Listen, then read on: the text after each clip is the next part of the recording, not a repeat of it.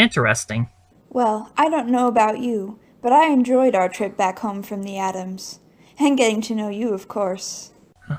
Me too. I have never met anybody who has almost the same likes and dislikes as me. Nor would I. I never knew you would love music as much as I do. Well, I do play trumpet. Of course, but there's more to knowing music than just performing it, right? Of course. And who would have thought that you and I are afraid of death? I'm sorry. You probably had an experience with death before, huh? Well, with this war going on, there's definitely death all over us. But the one close encounter with death I had was over 2 years ago. What was that? It was when we almost lost you. Ever since I laid eyes on you, I had this strong feeling that I was somehow meant to be with you. To love you. I have never felt that way about a person in my life. And what would happen if I did die that night? I probably would have killed myself and somehow be with you in heaven. You would really do that for me? In a heartbeat.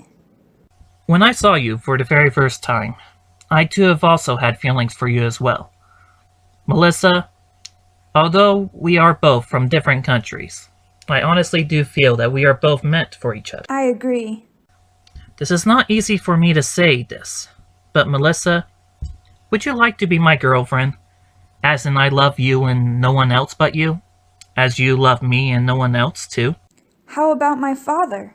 Well, him you can love, but he is the only person though. I agree. And will that make you my boyfriend as well? It will indeed. Good, because that is all I want from you. Now, are you sure that these sites will be where the British will strike next? And at this exact time as well? Yes, I am sure. I say the war will be over in about 4 years. But why can't we attack them right now? Because I fear that if you end the war right now, my future will be horrible. And plus your men are not ready to fight after crossing the Delaware River, especially how cold it was. I hate it when you're right. Me too. On another note, I have done what you have said about asking Congress to help us out here. When did you send the letter? Just yesterday. Let's hope that Congress will get it soon. Me too, Danny. Me too. When I think about it, you and Benjamin Franklin are the only ones who know my actual true identity. Well, when Benjamin Franklin told me who you really are, it made sense to have us three working together, to make this war even more important in your future, and mine as well. That is true. As long as you both don't tell anyone who I really am, then the future will be a brighter tomorrow for us all. That is indeed true, although there is something I do wonder about. And what is that? Why haven't you told Melissa? I will tell her. I just don't know when. I do love her and want to cherish every moment with her, but I'm afraid if I do tell her, she'll leave me and move on with someone else. Well, when the time is right, you will know. But I will tell you this. It is better telling the truth rather than living a lie with someone you love. I'll remember that. Thanks, George. No problem, Danny. Can you do one more thing for me, please? Sure. I was wondering if you could check on the men for me outside and see how they are doing. I would love to. Hello there. My name is Danny Arnold. What's your name? Samuel Parker is the name. Are you a friend of George Washington's? I am. And I am here to check out and see how you guys are doing. Take a look at the snow, Danny, and you will know right away what the condition of this army is. Many of the soldiers, including myself, are so poor that we cannot afford any boots, and so we use rags. But as you can see, the rags aren't helping us much. At least you're wearing a blanket, though. That is true, and I am thankful for the colonists who made these blankets for us. Would you say that the way the army is being treated, that there will be a mutiny soon? I would say so. Many of the soldiers are planning it right now. They want to run away and go back home to their families. Would you? There have been many times I have thought about that. But my wife has supported me so much as to win this war for her, and come home safely. I really do have faith in General George Washington as to lead us to victory. But I have no faith in Congress, though. George just sent a letter to Congress to help us out here. Now that would be a miracle for Congress to help us out. I tell you what, I want you to gather the whole army right away and then take them to George Washington's home. I believe George Washington has a few words that he would like to say to you guys. I shall indeed. We'll be there in about half an hour. Sounds good. And Samuel, I want you to remember that although the trials you are going through right now, it'll all be worth it in the end. Sure hope so, Danny. I sure hope so. Hello, Danny. It's good for a person like myself to pray to God for guidance. Do you pray? Sometimes. If I really do need help, I do. I too rarely pray as well, but I hope this time around God can help me out. Me too, George. But just to let you know, I've told the army to come to your home in about half an hour. And how are they doing? Well, when you see their blood on the snow, you will know how bad they are. They're even thinking about mutiny and running away. What have I done? You have done all that you could. If you could, you would have the whole entire army in your home, but it's not enough room to house all of the soldiers in there, is it? No, it is not. I guess all we can do now is wait on Congress's reply, and see also where God will take us from here. Yes, but no matter what, George, we've got to have faith that everything will work out just the way it is. It's hard to see for someone living in the present than a person like you living in the future. That is true, but let me tell you something. For as long as I have lived, I know that every rain cloud comes a silver lining. Yours will come. You just got to hold out a little bit more. But how long? Soon. When do you think Danny will be here? He'll get here when he gets here. It is a long way after all. 23 miles. Danny!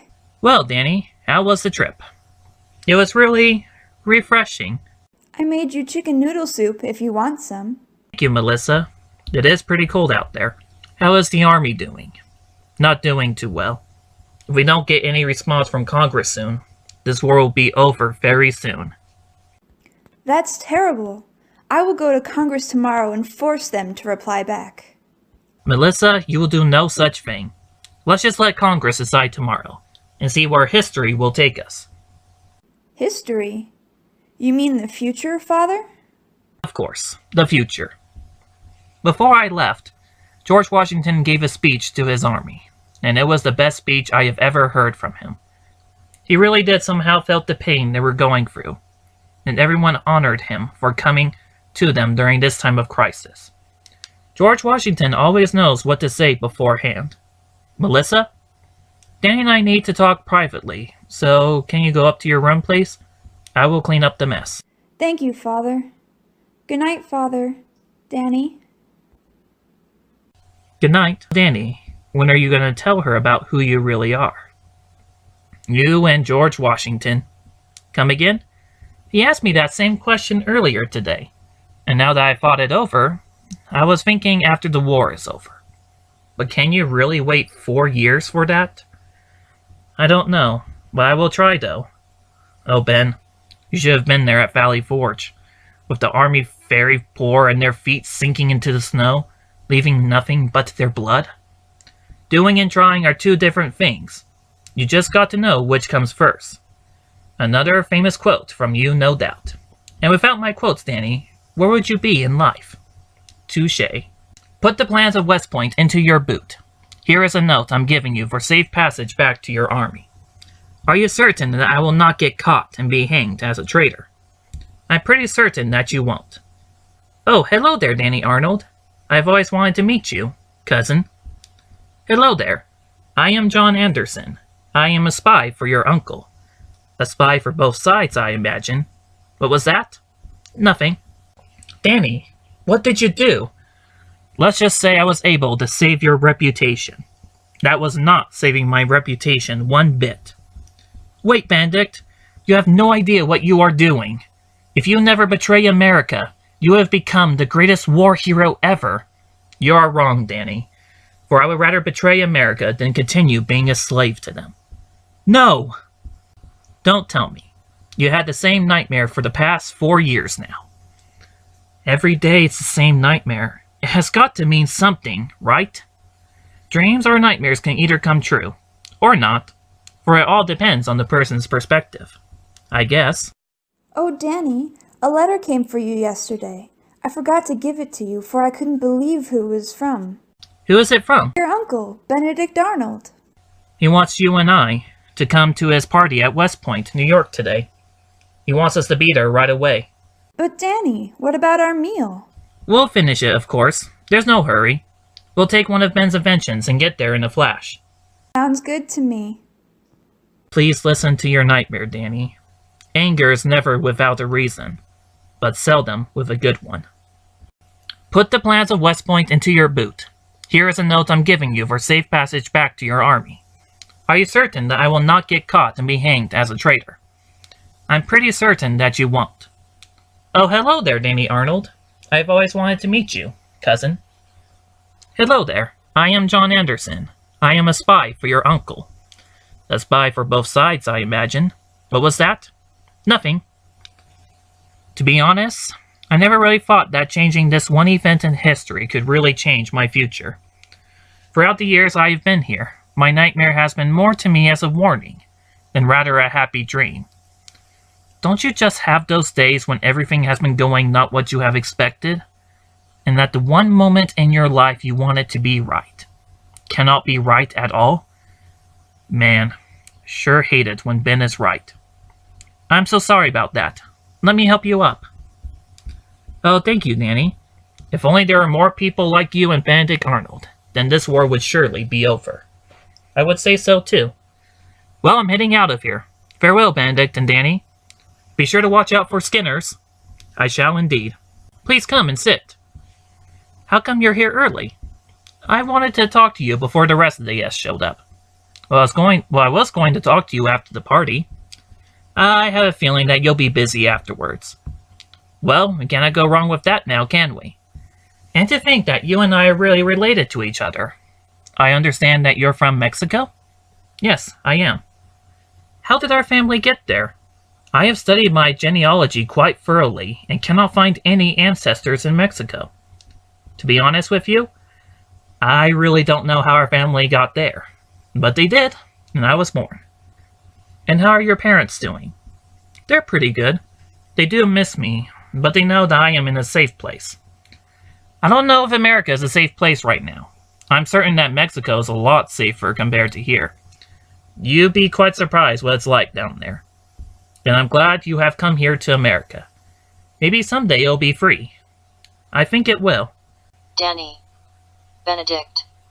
The guests have arrived. We'll be there soon, darling. Well, Danny, shall we enjoy ourselves for the rest of the day? Benedict, before we go out there, I just want to ask you something. And what is that?